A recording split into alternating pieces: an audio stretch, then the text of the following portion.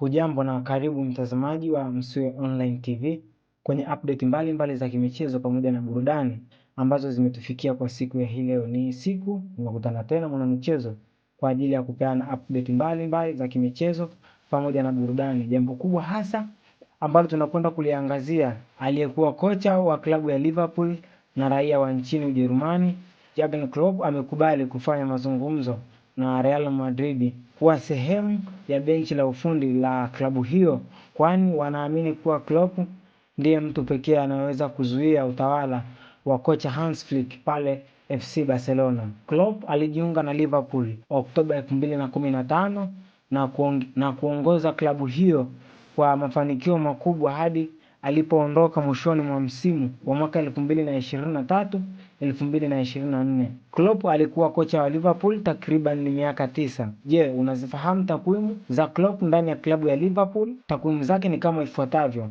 Klopp alifanikiwa kuongoza klabu ya Liverpool kama kocha mkuu kwenye michezo 491, akapata ushindi kwenye michezo 297, lakini akapata sare 110, akafungwa kwenye michezo 8, akapata magoli ya kufunga 712, lakini magoli ya kufungwa ni 331. Klopp alifanikiwa kuyavuna akiwa ndani ya klabu ya Liverpool ni ligi kuu ya Uingereza mwaka 2019 mpaka 2020. Alifanikiwa kuondoka na taji hilo, lakini mwaka 2018 mpaka mwaka 2019 alifanikiwa kuondoka na taji la UEFA Champions League. Aidha, mwaka 2021 mwaka 2022 alifanikiwa kuondoka na taji la FA Cup, lakini mwaka 2021 2022 alifanikiwa kuondoka na taji la Carabao Cup, na mwaka 2024 mwaka 2023 mwaka 2024 alifanikiwa kuondoka na taji la Carabao Cup